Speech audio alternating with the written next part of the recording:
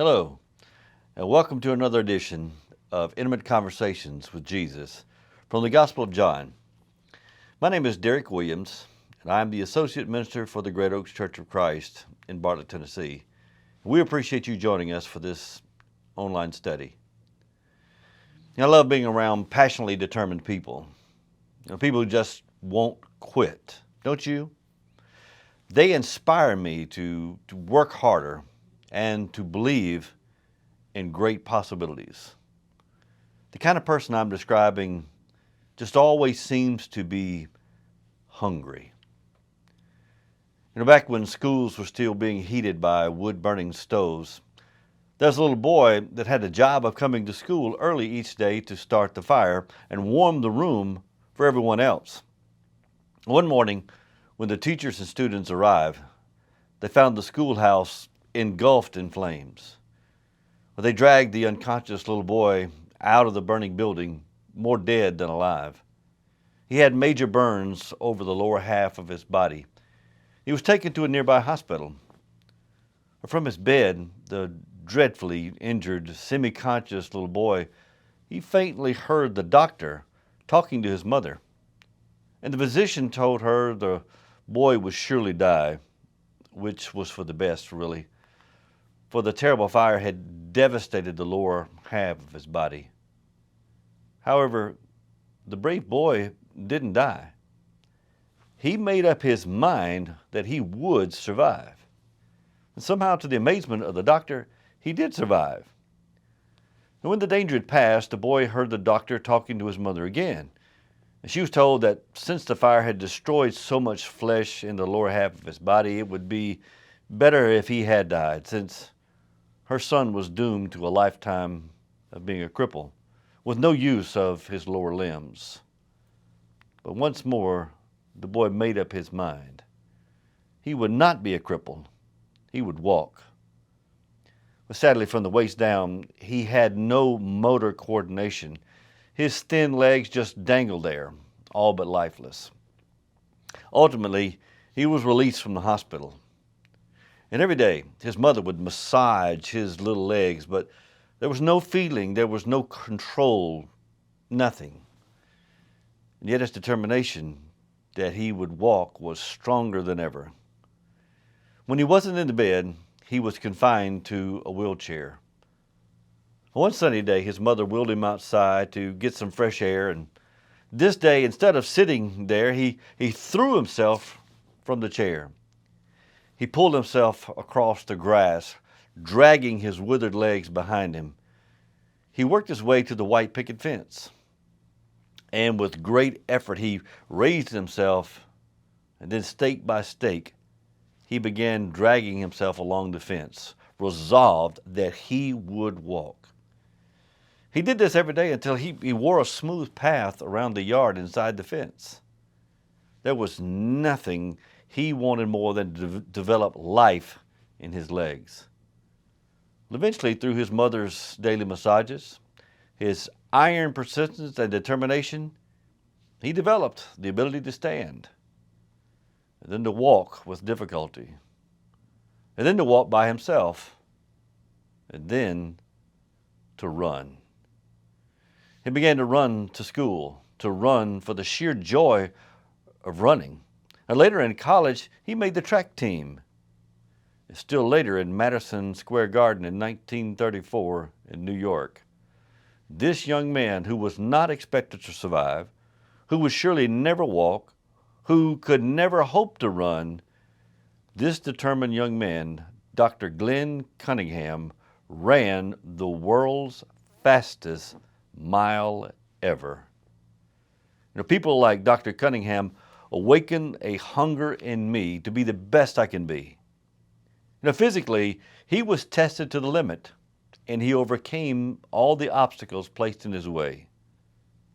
And so can you. Now, why do we face tests of our faith nearly on a daily basis?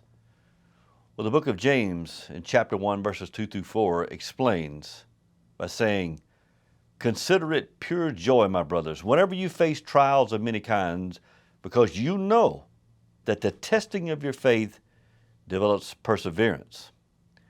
Perseverance must finish its work so that you may be mature and complete, not lacking anything. So, why are you facing those challenges to your faith in your life? Well, God's Word explains those tests help to mature and complete your faith so that you won't lack anything. In John chapter 6, Jesus put his disciples to the test. Some failed. Others succeeded. And we see it occur in an intimate conversation with Jesus at the feeding of the 5,000. The Lord did it by mixing two subjects into one lesson. Jesus talked to the 12 disciples about physical hunger while teaching them a lesson about spiritual hunger. The title of this lesson is, This is a Test.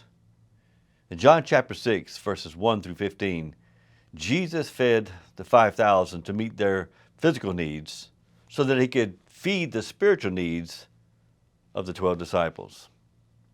Jesus asked one of them in John chapter 6, verses 5 and 6, where should we buy bread for these people to eat? He asked this only to test them. The first thing I want you to notice in this lesson is the crowd believed. We'll begin reading in John chapter 6, verse 1.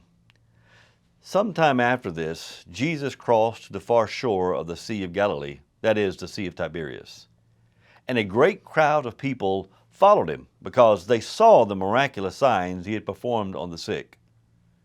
And then Jesus went up on a mountainside and he sat down with his disciples. The Jewish Passover feast was near. When the people saw the miraculous things that Jesus did, they believed him. And in John chapter 6, Jesus was at the pinnacle of his popularity. Great crowds were following him because of the miracles he was performing on all those sick people. In verse 3, we see that the Lord he was trying to put a little distance between himself and the masses by going up on the mountain with the 12. Miracles have always drawn a crowd. So-called faith healers can still draw tremendous numbers of people today. Oral Roberts at one time drew thousands to tent revivals to see him heal the so-called sick. However, when Mr. Roberts told his followers the Lord was going to strike him dead unless he raised many millions of dollars to build a hospital on the campus of Oral Roberts University, well, people began asking a good question. His followers asked, why does a man who claims to heal the sick need a multi-million-dollar hospital? Well, that was a very good question.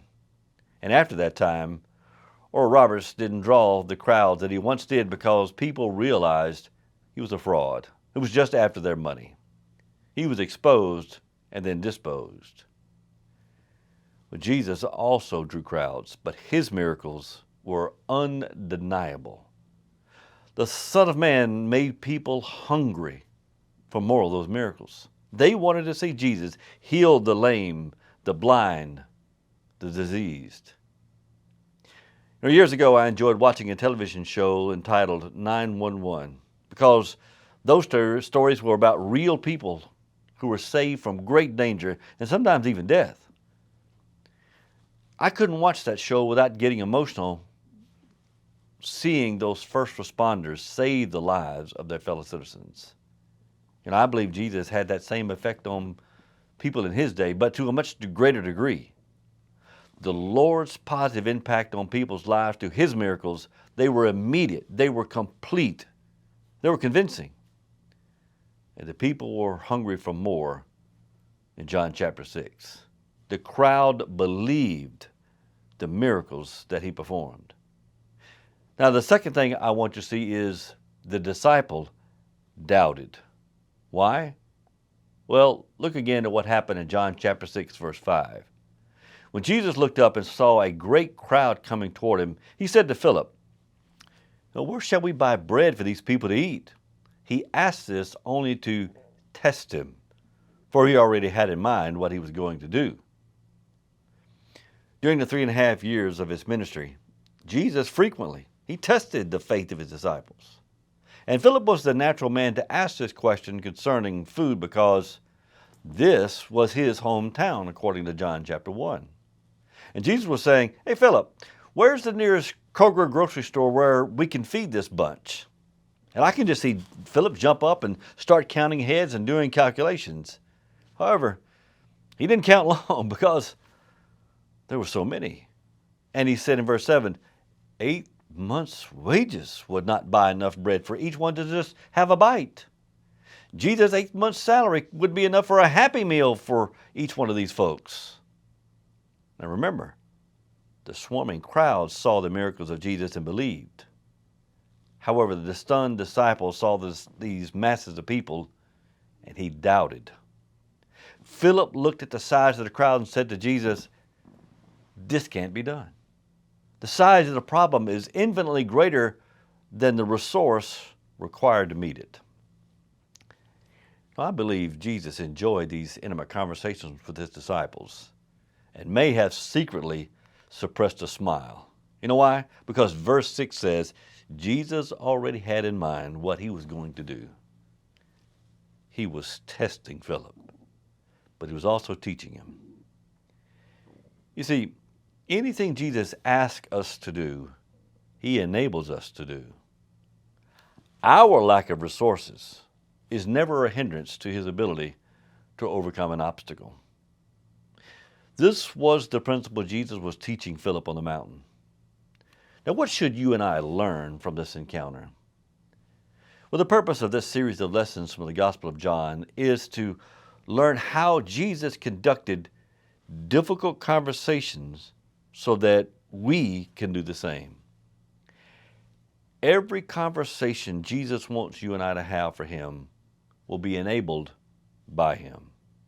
This encounter the Lord had with Philip, it was not so much about feeding a multitude, but rather it was a test of the trust this man had in the power of God. And that is the reason this conversation occurred. It was to mature the faith of this man so that he might be mature and complete and like nothing. In our next lesson, we'll see Jesus feed the 5,000, but more importantly, we're going to see the Lord fed the faith of his closest followers. Please join us for part 2 of This is a Test.